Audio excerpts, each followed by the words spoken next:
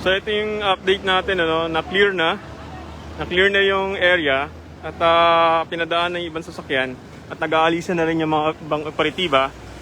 Pero hindi pa rin tayo makalapit doon kung saan naganap yung pinaka-encounter, ano, at dumating na rin yung ibang mga kapulisan natin ay nag-aalisan na rin at kanina nakita ko possible na yung kalsada ay pinadadaan ng mga sasakyan.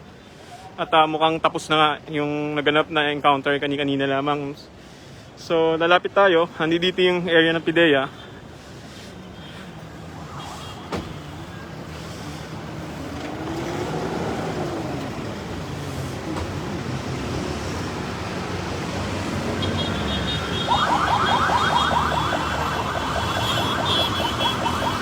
So lapit tayo. Lapit tayo. So lapitan na natin yung lugar at mukhang clear na. Lapit tayo.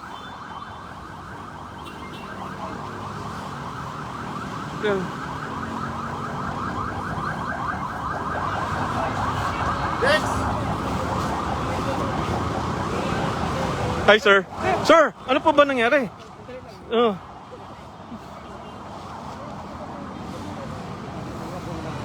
Sige sir. Okay. Okay. Sige sir.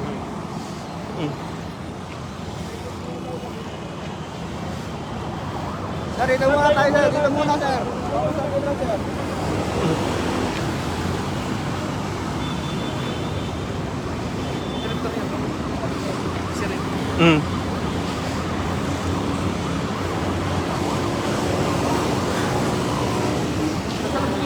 Okay. So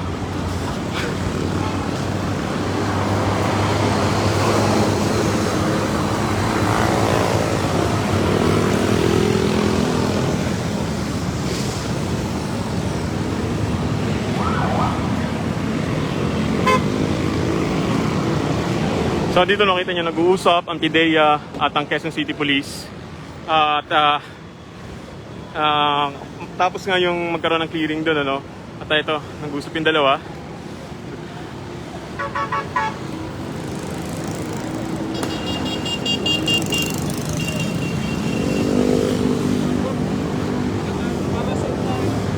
Okay.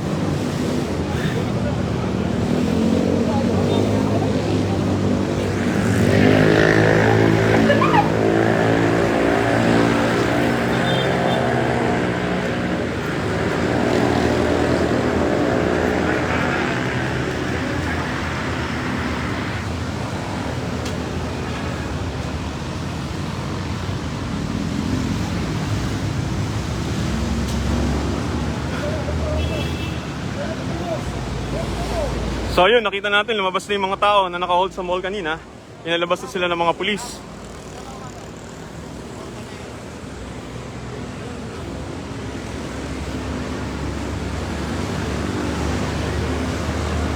Ayun.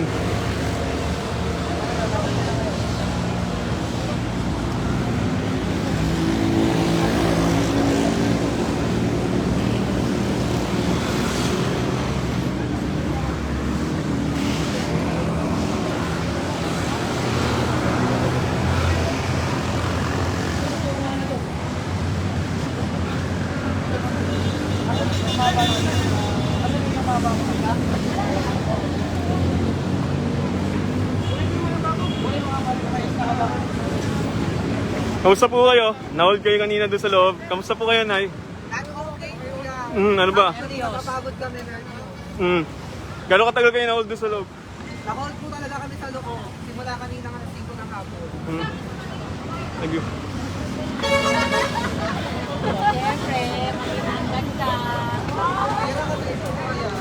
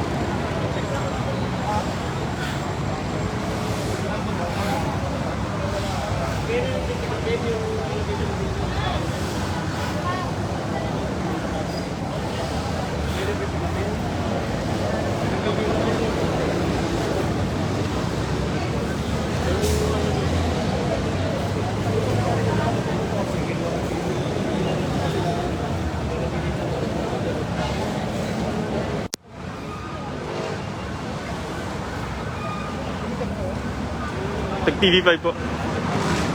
Tapos na ba, sir? Tapos na? Hindi pa rin ba? Ah, so hindi pa clear.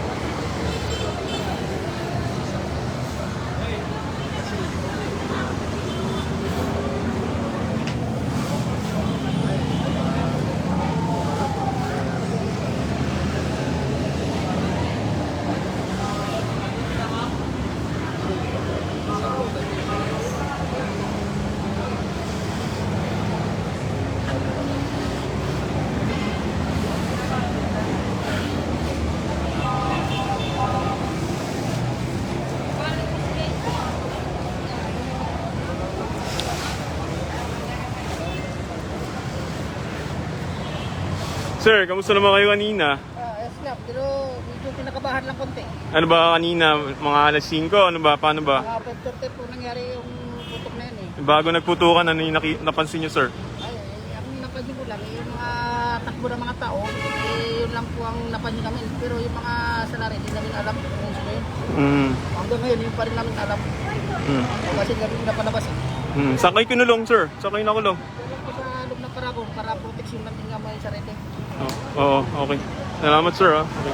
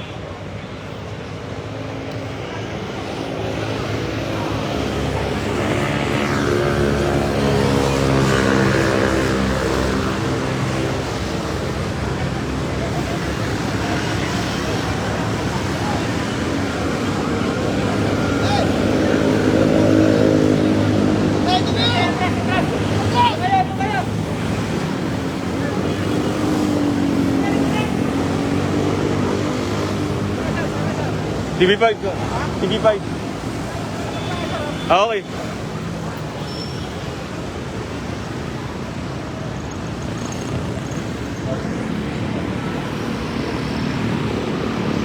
Siyempre. Lumapit.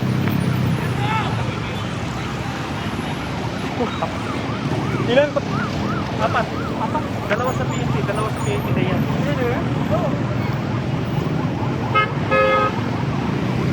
Sino pa-confirm yan? Ha? Ha? Pa-confirm yan.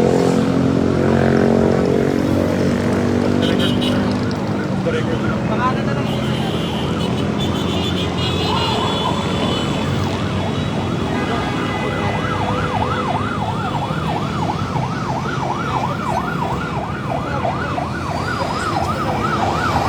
So, balikan lang po natin ang katatapos lamang naganap na police encounter dito sa Ever, sa isang fast food restaurant at kung saan may mga armed group na naka-encounter ang QCPD. Mula 5:30 ng hapon, tumagal ito hanggang sa ngayon at kanina-kanina lang ay na-clear na yung lugar, mga 5 minutes o 10 minutes ago, na-clear na at nakakadaan na nga yung mga sasakyan at patuloy yung pagdating nga ng mga ambulansya para pick upin yung mga sugatan. Pero hindi pa natin kumpirmado kung ilan ang patay at kung kaninong grupo, kung sa pulis o yung nakalaban nila ang nasawi. Dumating na rin yung PIDEA at yung QCPD para mag-usapan yung naganap na encounter dito at inaalam pa rin natin yung reason bakit nagkaroon ng encounter ngayong araw na to. Nakalabas na rin dun sa loob ng mall yung mga natrap na mga tao pero hindi pa rin totally sila nakakaalis kasi nga kailangan muna ng clearance at patuloy pa rin kasi yung ginagawang clearing operation dito sa area ng fast food store. Ayan. So,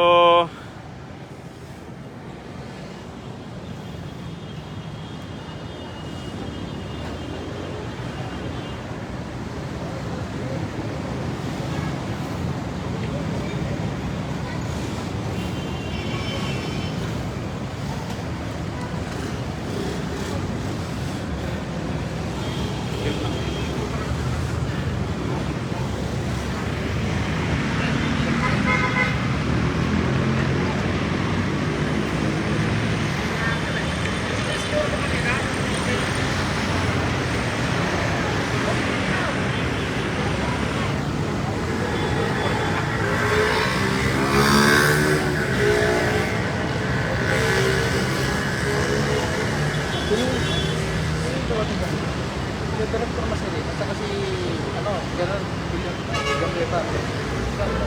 Director ng PIDEA. General Director ng PIDEA at saka Si Danilo Masarin, siya ang District Director, PCC.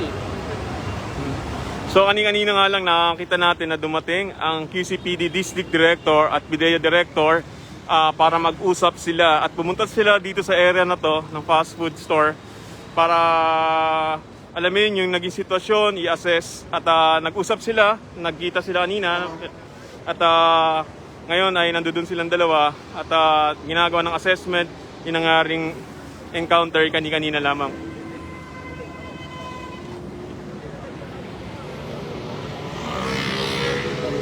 Hindi pa rin tayo makalapit doon sa mismong area kasi pinagbabawalan pa rin tayo ng mga pulis. Bagamat clear na nga yung lugar, at nabuksan na rin yung ilaw ng fast food store. Hindi pa rin tayo pinalalapit at nabibigyan ng go signal para malapitan yung kung merong ang mga nasawi at kung ano na nga yung itsura ng lugar ng encounter site kanina lamang. Pero dito napansin ko, basag yung salamin ng fast food store. At